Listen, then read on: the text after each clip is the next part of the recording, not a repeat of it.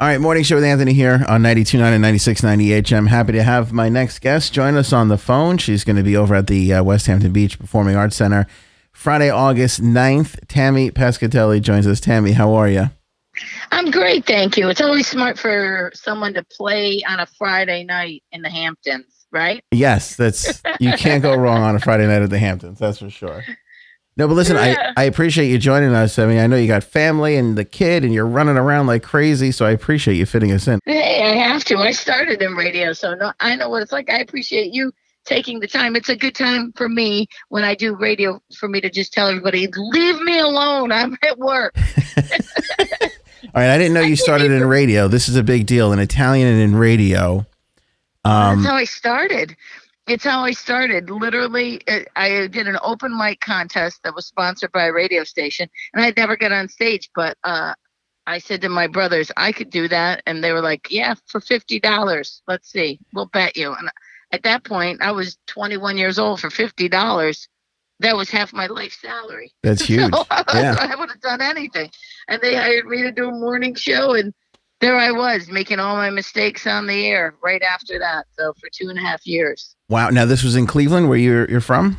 Yeah. And we just had the best time, and I was lucky because I was a house MC at the Improv there, and I had to interview all the comics on Friday, and then that's how I went out on the road with some of the great ones, like George Lopez and Dom Irrera and John Panette, and just some great people helped me originally.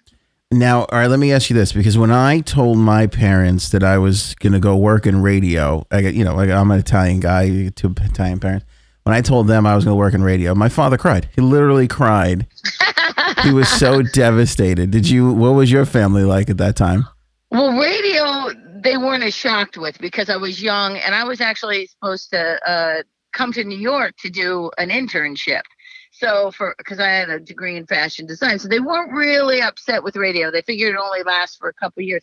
When I said I was going to quit my radio job and go on the road as a comedian, that's where my whole family, though, I'll tell you what they did do when I said I was doing a morning show. Again, it's all Italian people. They took bets how long it would last for me to get up at 4:30 in the morning in the snow. Because everybody believed in me so much, That's the beauty of Italian people. They tell you can't do nothing. This whole generation, you can be anything you want. Not if you were Italian in the 80s. They told you right to your face, there's no way you're ever going to do that.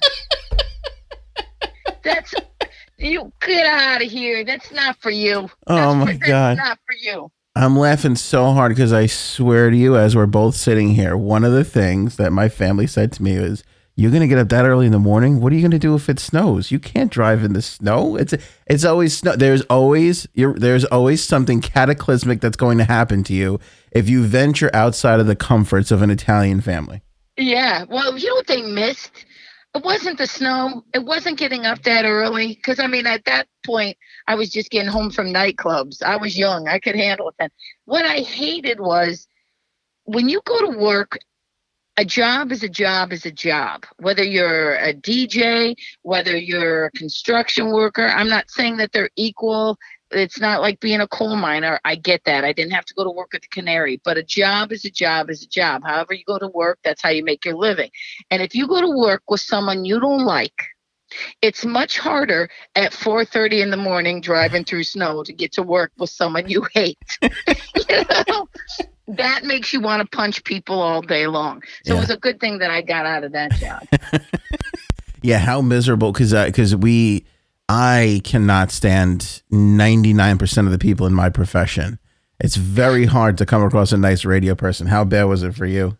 It was tough because I didn't do the things that I now really respect. People who go to broadcast school, who work their ways up through, weekends and overnights. I walked into a morning show, which of course didn't create any resentment at all. And I was on there for being funny. So I just was me. And the first guy I worked with was great. Then he left because he was so great. He got another job, but not great enough to take me. And then then it became my show with a partner. And that was tough because the guy that he really was so nice to me when I was choosing a partner, but then he was so mean to me, and it was so funny because like I was just being me, and he was he was that person that would, I can't talk to you in between breaks. Let's save it. Let's save it for the air. And then you go talk to him, and he'd just be talking to normal, and I go, "Hey, ladies and gentlemen, welcome back." Put the voice nasally. on. Yeah. I got that. Yeah. See, I mean, the subway now, so that if that's any indication. I grew up with a couple of uncles who did some things that nobody really knew about and all that kind of jazz. But I would tell them even. No, I never. Wait, you must be Irish. Italian people never did that. But I would talk to my family, and I would tell them some of the things that I would see in this industry. And tough men who have done prison time would be like, "Holy crap, are you serious? Like, this is what they're doing to you?" And this is what, yeah. And it's like this. It's the absolute. Well, I should say the absolute worst. It's a tough industry. It's a tough industry. It's a tough industry because you know what? I have never. Okay, I am a woman, but I grew up with all boys, and I never have approached anything from a quote unquote chick mentality. You know what I mean? Like I've always, listen, do I fight for women's rights? Yeah, by going to work and making differences there, And so, but I never grew up, and I've never seen so many grown men and women. They had such a backstabbing, chicky mentality is all I could say. It was like working those 2.5 years in radio was like constantly being in a homecoming pageant.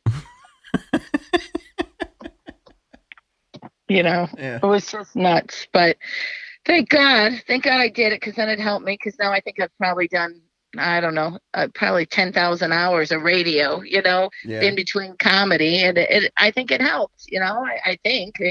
Who's to say? But I just try to be me. I try to talk about the things that people always say, where to get your material? I'm like, I wake up every day, crazy stuff happens. Well, tell me, this is a very Italian thing to say, but tell me what it's like. Because I see, growing up in New York and being Italian, I had one cousin had broken away. They lived in Pennsylvania, in Scranton, Pennsylvania. And I went to go visit them when I was younger. And I just looked at them and I'm like, I don't know if we're related. They were nice. There was no yelling. Like they lived that Pennsylvania life. It was slower paced. They were wonderful people. They're still my favorite people. They're my favorite people now, but I never believed that we were actually related because of what I grew up with. So what was it like in Cleveland? Did you have the loud, the yelling, the betting, all that stuff? Well, yes, because I grew up in Little Italy in Cleveland, which is very similar to it literally, you could take the neighborhood that I grew up in and put it in Brooklyn or, where you grew up in, and it would be no problem. I married a Brooklyn boy. So, except the difference is where we grew up, we had to go places and we knew other cities existed.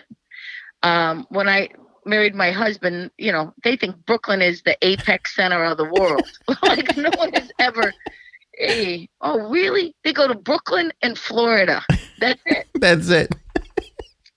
So you moved to New Jersey, they forget it. They write you off as if you got thrown away upstate somewhere. They literally, if you go to move to New Jersey, you might as well spit in people's face. Even the way I asked the question to you right now is like, you got Italians in Cleveland? Like, tell me about this. I know. But let me hit you to this. Anywhere they had a train is where there's a pocket of Italian. Okay. So it was New York and New Jersey and Philadelphia and Buffalo and Cleveland and Pittsburgh and Chicago. And then it stops for St. Louis. And then there's a few in Kansas City, and then you never see them again. Because I think what happened is, like, imagine being with your family, an Italian family, all the way to Kansas City. That's where they just were like, this is it. We're not going any further than this. We don't live anywhere else. California, we're never going to make it. Forget it. We're set up right here. This is the spot. What do you care about California? You don't know anybody there. Nobody knows you. You don't know nobody. What do you got to get there for? Yeah, so it was different. It was fun. It was a really good time.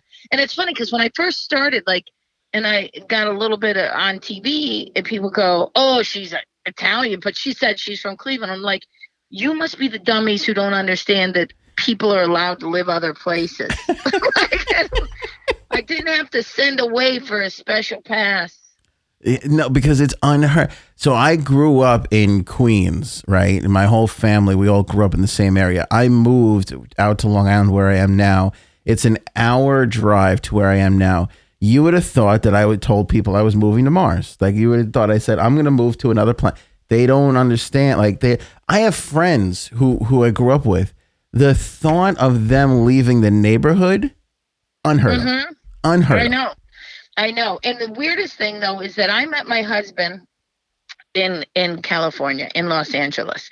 He had lived there for 15 years before I met him. When I met him, we tried to live in Brooklyn. When we got married and I got pregnant, I was like, we don't know, but I don't know anyone here. We don't, he doesn't know anyone out here. We have no family. And then I was like, well, the weather's nice. Might be a good place to raise a baby. And then our neighbor, literally, I'm sitting there and I see the guy walk out of his house and he's got on he's got a briefcase, a suit, and a Superman cape. And I was like, oh, we got to get out of here. Like, this is not. So we tried to live we bought a house in Park Slope, Brooklyn, and I still have the house, but we don't live there because one attached house away from my mother-in-law. And I went to work one day when my son was about 3 months old, and she watched him. Now, I grew up, my grandparents were right from Italy. I'm not first generation. My husband's first generation. My parents were first generation. So I grew up with everybody right from Italy, but I didn't. Okay, she's right from Italy. I got home from one day being gone. She had got rid of my living room furniture because she got new furniture and decided that my furniture was not as nice as her old furniture, so she threw mine out. Yeah. I mean, people go, oh, it's like Everybody Loves Raymond. I go, no, she was nice. Yeah, mine is Everybody Loves Raymond if you play it backwards. Yeah, they always know better. That's the thing, too. When they're helping, you're still like, oh, my God, just please. Yeah, it was rough. It was rough. I had a TV show I had a place in Pennsylvania. So we went to Pennsylvania and my parents moved to help me there. And then we got a TV show about me being a wife, a mother, and a comedian living in this small town. And my mother-in-law came out to help me. And then she pretty much jacked the show because people did not believe she was real. Like, I mean? Like she was just as big a character as I was on that show. That was, that was good. I was gonna say that was on WeTV, right? Yeah, for a little bit. You had they that? Didn't give it a chance. Yeah. Yeah. Well, I mean, but you had that. You had Last Comic Standing. I feel like you rode the wave of television. What was big in television at the time, but you always kind of stood out and didn't play those typical roles of annoying TV people. Well, thanks. It's probably because I didn't get cast in them. I would have. They'd have given them to me. No, I love stand-up. And, I mean, I truly love being a stand-up. And I wanted to act, and I'd like to act, and I've done a few parts. But, I don't live in L.A. or New York, so people don't think of me. I don't see these casting directors on a regular basis. I do the parts that people write for me, and I think I do a decent job, or shows that I've sold and created for myself. But I just, I actually do have a film coming out called That's Amore that I first time ever I was the lead in. And I actually think I did a good job. The hard part is, though, why couldn't I have been the lead in something when I was young? Do you know what it's like to have to look at yourself at 50 years old on a big screen TV? It's not fun. I'm like, this nose was not meant for cinema. Oh no, I'm sure you're good in it. But that's huge, though, to take a lead in a movie. That's a big deal. Yeah, well, I needed the summer off, so I was like, I don't know if I could carry this film, but let's just give it a shot because I don't like to travel in the summer. But thankfully, you're coming to West Hampton Beach on Friday, though. That's a good thing. I'm super excited for that. Yeah. I don't know who's coming. I know that whoever shows up, we're going to have a great show. we've been selling out all over the country. But go to a lot of places where there's not a lot of stuff to do. So I know there's a lot of stuff to do there, but I can promise you, you'll get your money's worth. It'll be fun, and maybe my mother-in-law will even come with me. That's what she told me. Maybe I come. All right, let me know, Queen. Do you have this thing where too your family thinks that because you're in a TV show, you could immediately fly 75 people first class, put them up in 4-star hotels? Did you get that from your family too? True story. I'm doing Last Comic. That was the season that we had 18 million viewers. So it was like the biggest thing that ever had hit at that time. It's the height of that show, by the way. That was the best. That your year was the best year. That was the absolute best year. Yeah, we had a lot of fun. Thanks. Go ahead. And I love everybody that was part of that. I literally got off the phone with John Heffron to call you. Oh, that was a bad decision, but go ahead. So we now NBC's part of Universal, right? So they say to us, hey, if you want to, for the season finale, if anybody's coming, we'll get your guests tickets to the show and also to Universal Studios if you want. Okay, I say to my mother, hey, if anybody's coming out, I don't know if anybody wants to come out, but if you and any of the family want to come out, I am not kidding you. 17 people showed up. 17 people I had to buy tickets for, get tickets for, go. And I was too embarrassed because I'm not a gavone enough to go, hey, can I have 17 free passes? So I got the 4 free passes, like the normal families of people asked for, and had to pay for the 13 other tickets. And my uncle goes, it's like the Last Supper. What you get? 13's good luck. It's good luck, Tim. It's good luck.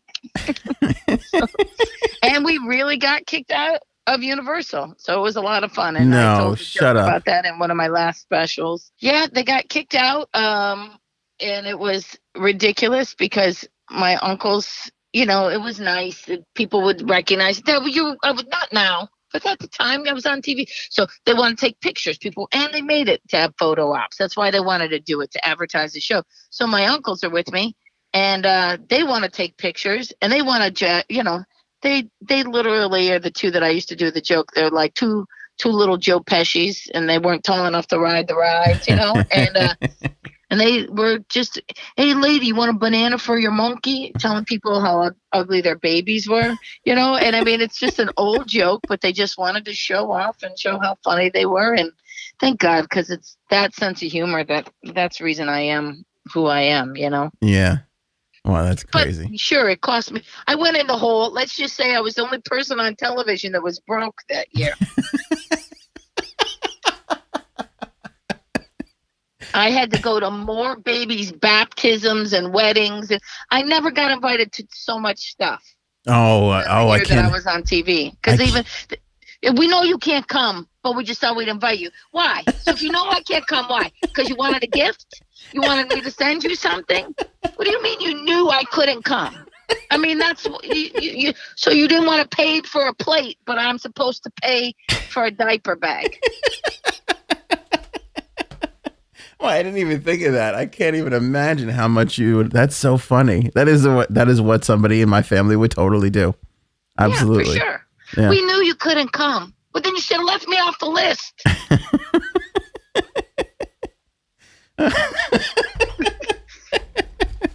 I might write a bit about that. That's actually it's obviously true, and it is very funny, right? At least you're making me feel like it's funny. No, it is. Love you. Are you coming to the show? I am definitely gonna. Well, I got a 4-year-old and a 2-year-old, so I'm not allowed to do anything fun. But I'm definitely gonna try. Unless you plan on having Blippi on stage with you, it's gonna be touch and go. It's gonna be a last minute decision, but I want to try and go.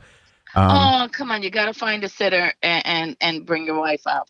Yes, sitter. But did you have sitters when you were growing up? This is something my wife and I have been talking about. No, I was 10 watching all. It's so funny because, like, my mother. I remember saying to there was something that was going on, and I was like, yeah, I had a lot of responsibility. I was always in charge of my brothers, and my mother goes, I never did that. No, you weren't. I come on. You would go downtown Cleveland. There was no phone, no nothing. I'd have the number of the Brown Derby generically and I wasn't allowed to make a long distance call unless it was an emergency. Okay. And you'd leave me with the kids. And because my brothers are like 6 and 7 years younger than me. So if I was 9, do the math, right? Right. So I was a 9-year-old babysitting a 3 and 4-year or a 3 and 2-year-old. Like and every time they go, no, no, no. And then stories will come up and I'll go say to my brother, remember when you had those stitches? My mother go, he never had stitches. Yeah, because you weren't there. It happened when you left me.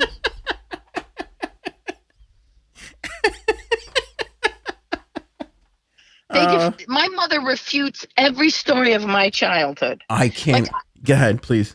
No. I wish I had a document. Like I needed a film crew to prove stuff. You have to see. This is so true. Because my family now, my mother is one of 3. She's got a brother and a sister. And we'll get together now. And, my grandparents are no longer with us, but we'll get together now. And we'll tell stories of the old days, And my uncle just got married, and I'm married a couple of years now, and we have 4 different renditions of the same story. Right. Or how about the people of your relatives that you it was you, but they say it was them? Yeah. It was not you. You were not. I'm like, Ma, that was not you. Yes, it was. No. How could it have been you? It was 1982. Were you 12? Were you 12 in 1982? I was 12. I remember. I had on a Leif Garrett T-shirt. I say the same thing though too. I go, I wish we had cameras in the house to tell, because you look, you know that this happened, and they're looking at you going, that never happened. You're like, you got to be kidding me. Yeah, no, it is a level of ridiculousness. And when we recall things, my mother gives me no credit at all. They used to just do what they wanted to do because they had an older kid. You were 9 years old. Not only can't leave a 9-year-old by themselves, imagine in charge of 2 babies, Yeah, and boys no less, that they're going to get in trouble doing whatever at any age. Oh, yeah, but I will say this. I also was able to do things you could never do now. I used to make them play cemetery. Lay down and pretend you're dead. Whoever moves first loses. And they were so competitive, it was the best game ever because they would just lay still. But we never. Right. What do you want from me? I had no social skills. Hey, that was pretty creative. I give you credit for that. But you know what, though? We never had a stranger, or as my grandmother used to call it, an outsider, come and watch us. Like that was not if a family member couldn't make it, you weren't going. Like every once in a while, I remember like someone's older brother or sister, like when I was younger. Right. But even they were kids too. It was the neighbor, and they were able to do it. It was just the weirdest thing. I'll tell you what we never did is ate out of the house. Ever. I don't remember ever. Like going to McDonald's was a huge treat. People go, well, where's your favorite place to eat Italian? Home. We would never ate anywhere. My father goes, why do we got to go somewhere when we got good food right here? Well, Yeah. No, we don't really have good food. We have ingredients here, and Mom's got to make them. But okay. Nope, same thing. My grandfather lived and died at 70, 80 some odd years. Never had a meatball made outside of his own house. No, please, they skeeved everybody. Everybody. He would if you said to my grandfather, I went out and got a meatball parm somewhere, he wouldn't talk to you for 3 weeks. Meanwhile, my grandparents are the same way. My grandfather skeeved everybody. But meanwhile, he's got a pocket knife that he's used to clean his fingernails, that he's used to screw in caps, that he takes off and slices a piece of moldy prosciutto from the basement off and eats. Yeah.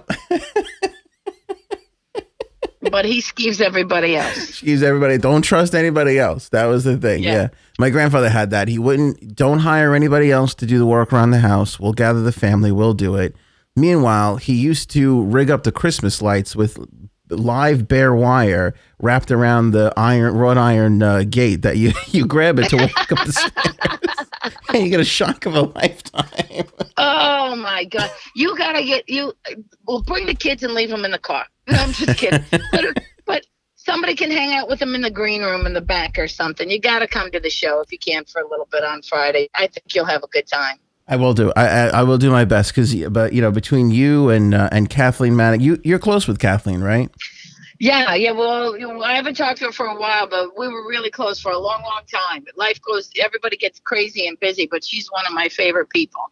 Yeah, Kathleen and my parents both retired to the same part of Florida, so we had our own little therapy session over that. But this has been a very good therapy session for me, so I appreciate that. I don't know if we're even on the air anymore, but we definitely had a nice little. I feel well adjusted at this point. It doesn't even matter. It was nice. All right, I tell you what, I will definitely try and stop by and see you before you go on. Do you take people before the show? You do that? Yeah, for sure. Right. I'll be there. I'll pop over and I'll say hello. I appreciate the time, Tammy. I know you're busy. Thank you so much, Anthony. Have a good day. All right, you too. We'll see you Friday. Bye. All right, there goes Tammy Pescatelli. I don't know if anybody got anything out of that, but I certainly feel better. I feel like I can cancel my therapy session for today, actually, to be honest with you. That was very... the part about I swear to God, and we just organized, we're doing a family gathering the next couple of weeks. We just organized it. And once we made the plans, once I committed to going and visiting my family and the time together, I go, oh God, I'm going to have to hear this story and that story. And this one's a lie. And that one's not true. I tell my wife on the way up there, if my aunt tells you this, don't believe it, because that never happened that way. So to hear her say that makes me feel a little bit better. Makes me feel a little less crazy, which is not an easy feat to do. Tammy Pescatelli over at the West Hampton Beach Performing Arts Center. It's Friday night, August 9th. Grab your tickets now, whbpac.org, or call the box office at 288-1500. That's 288-1500 or whbpac.org. Don't miss the hilarious Tammy Pescatelli over at the West Hampton Beach Performing Arts Center. My thanks to her for getting us a little bit closer to the funny this morning on The Morning Show with Anthony.